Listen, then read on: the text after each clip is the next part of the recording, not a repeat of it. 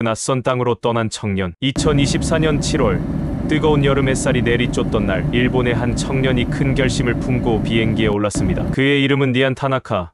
24살의 국제 봉사단 활동가였습니다. 조용하고 책임감 강한 성격의 리안은 대학 시절 교환학생으로 한국에서 1년을 보낸 적이 있었습니다. 그곳에서 그는 한국 사람들의 따뜻함과 나눔의 정신을 배웠고, 그것이 그의 인생을 바꿔놓았습니다. 이제 그는 그 배움을 세상에 전하고 싶었습니다. SNS를 통해 알게 된 캄보디아의 한 봉사단체가 그에게 손을 내밀었습니다. 가난한 아이들을 위한 교육 프로그램, 의료 지원, 그리고 희망을 나누는 일. 리안은 주저없이 그 초대를 받아들였습니다. 출국 전날 밤, 그는 도쿄의 작은 아파트에서 부모님께 편지를 썼습니다. 펜을 쥔 그의 손은 설렘으로 떨렸습니다. 엄마, 한국에서 배운 따뜻함을 이곳에도 전하고 싶어요. 걱정하지 마세요. 곧 좋은 소식 들려드릴게요. 편지를 봉투에 넣으며 그는 미소 지었습니다. 하지만 리안은 몰랐습니다. 자신이 향하는 곳이 봉사단체가 아니라 인간을 상품처럼 거래하는 범죄 조직의 덫이라는 것을. 그가 탄 비행기가 프놈펜 공항에 착륙했을 때 그를 기다리고 있던 것은 따뜻한 환영이 아니라 지옥으로 가는 검은 벤이었습니다. 리안은 그렇게 세상에서 가장 어두운 곳으로 끌려가고 있었습니다. 납치의 시작. 안녕하세요. 저는 리안 타나카입니다. 캄보디아에 도착한 지 사흘째 되던 날, 저는 뭔가 이상하다는 것을 느끼기 시작했습니다. 공항에서 저를 픽업한 사람들은 웃고 있었지만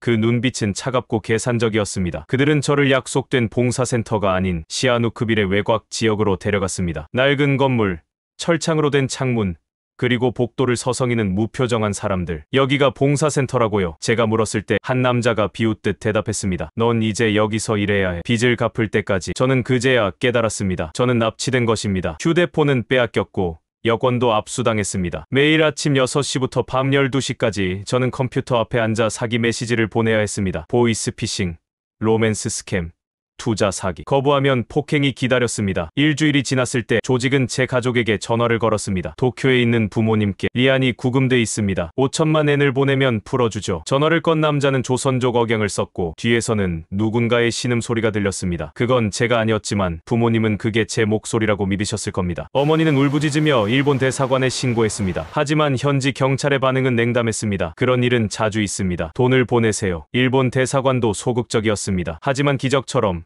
한 곳에서 움직임이 시작됐습니다. 바로 한국 대사관이었습니다. 제가 한국 교환학생 출신이라는 기록이 남아 있었고 그들은 저를 포기하지 않기로 결정했습니다. 한국 외교관의 결단. 한국 대사관의 박정우 참사관은 제 소식을 듣자마자 움직였습니다. 그는 부관직에 있었지만 그 누구보다 빠르게 결정을 내렸습니다. 국적이 달라도 사람이 위험하다면 돕는 게 외교의 본질이다. 그의 말은 단순한 수사가 아니었습니다. 그는 직접 시아누크빌로 향했습니다. 혼자서 위험을 무릅쓰고. 현지 경찰은 그에게 경고했습니다. 참사관님, 거기는 중국계 조직에 얽혀 있습니다. 우리도 건드리기 힘든 곳입니다. 돌아가세요. 하지만 박정우는 멈추지 않았습니다. 그는 시아누크빌의 뒷골목을 누볐습니다. 현지 노점상, 택시기사, 퇴직한 경찰관들을 만나 정보를 수집했습니다. 일본인 청년을 본 적 있나요? 키가 크고 안경을 쓴. 어느 날 밤 한 택시기사가 그에게 귀띔했습니다. 폐공장 지역에 수상한 건물이 있습니다. 밤마다 비명 소리가 들린다고 하더군요. 박정우는 그곳으로 향했습니다. 폐공장 단지는 어둡고 음산했습니다. 철조망과 감시 카메라가 곳곳에 설치돼 있었습니다. 그는 사진을 찍고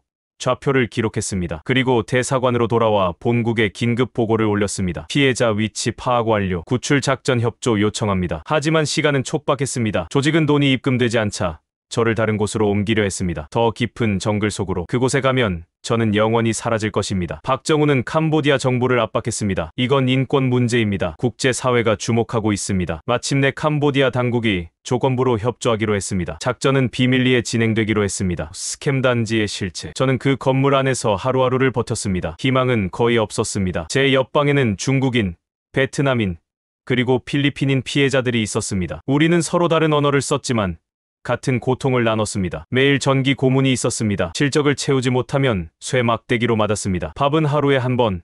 썩은 쌀과 상한 생선이 전부였습니다. 밤에는 울음소리가 복도를 가득 채웠습니다. 저는 점점 제 정신을 잃어가고 있었습니다. 하지만 어느 날 제 머릿속에 한 가지 기억이 떠올랐습니다. 한국에서 교환학생을 하던 시절 제 룸메이트였던 준호 형이 했던 말. 리안, 한국 사람들은 절대 사람을 버리지 않아. 끝까지 찾아내. 저는 그 말을 믿기로 했습니다. 어느 날 밤 감시가 소홀해진 틈을 타 저는 작은 종이 조각을 찾았습니다. 담배 갑 안쪽이었습니다. 저는 그 위에 떨리는 손으로 한글을 썼습니다. 도와주세요. 일본인 리안 타나카, 시아누크빌 폐공장. 저는 그 종이를 창문 밖으로 던졌습니다. 그것이 누군가에게 닿을지 아무도 보지 못할지 알 수 없었습니다. 하지만 저는 믿었습니다. 한국은 사람을 포기하지 않는다고. 그리고 놀랍게도 그 종이는 현지 구호 활동을 하던 한 한국인 자원봉사자의 손에 닿았습니다. 그는 즉시 한국 대사관에 연락했습니다. 박정우 참사관은 그 종이를 보는 순간 확신했습니다. 리안이 살아있다. 지금 당장 움직여야 한다. 구조 작전이 본격적으로 시작됐습니다. 시간은 이틀밖에 남지 않았습니다. 한국 구조팀의 출동. 한국 외교부는 긴급 회의를 열었습니다. 법무부, 국방부, 그리고 국정원까지 협조 체계가 구축됐습니다. 이건 단순한 외교 업무가 아니었습니다. 군사 작전에 준하는 구출 협조였습니다. 캄보디아 정부는 여전히 눈치를 봤습니다. 중국과의 관계, 조직 범죄와의 유착. 하지만 박정우 참사관은 단호했습니다. 우리가 할 일은 하나뿐입니다. 살려내는 겁니다. 작전은 새벽 3시로 정해졌습니다. 폭우가 내리는 날로 시야가 제한되고 소음이 묻히는 최적의 조건이었습니다. 한국 대사관 안전 요원,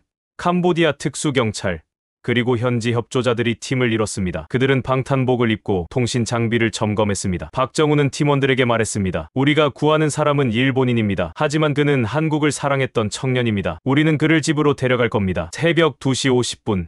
폭우가 쏟아지기 시작했습니다. 팀은 폐공장 단지를 포위했습니다. 정문에서는 협상가가 조직원을 설득했고 후문에서는 도립조가 대기했습니다. 3시 정각. 작전이 시작됐습니다. 섬광탄이 터지고 고함 소리가 울렸습니다. 손들어, 움직이지 마.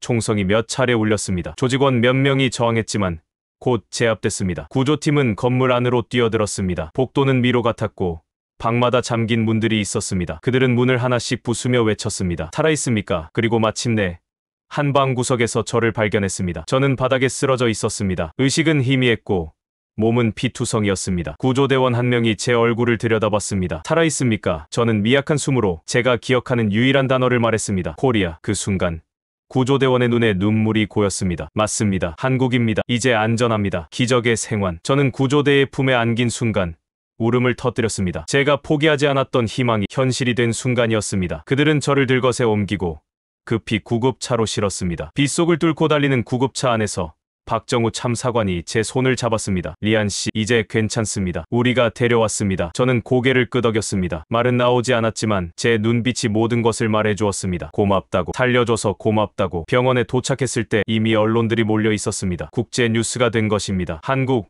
자국민 아닌 일본인 구출 작전 성공, 국경을 넘은 인도주의, 한국 외교의 새 역사. 일본 언론도 놀라움을 감추지 못했습니다. 한 일본 기자는 방송에서 이렇게 말했습니다. 우리 정부는 왜 그들을 본받지 못했는가? 한국은 사람의 생명을 최우선으로 여긴다. 저는 병원에서 한 달간 치료를 받았습니다. 부모님이 일본에서 날아왔고 매일 제 곁을 지켰습니다. 어머니는 박정우 참사관을 보자마자 무릎을 꿇고 절을 했습니다. 제 아들을 살려주셔서 감사합니다. 평생 잊지 않겠습니다. 박정우는 어머니를 일으켜 세우며 말했습니다. 이건 우리가 해야 할 일이었습니다. 리안 씨는 한국을 사랑했고 우리는 그 마음에 보답했을 뿐입니다. 회복하는 동안 저는 매일 밤 꿈을 꿨습니다. 그 어두운 방, 전기 고문, 그리고 절망의 순간들. 하지만 꿈 끝에는 항상 같은 장면이 나타났습니다. 빗속에서 들려온 그 목소리. 살아있습니까? 그리고 제가 대답했던 그 단어. 코리아. 그것이 저를 살린 단어였습니다. 리안의 편지. 한 달 후 저는 일본으로 돌아가기 전날 한국 대사관을 다시 찾았습니다. 박정우 참사관과 구조팀원들이 저를 맞아주었습니다. 저는 그들 앞에 서서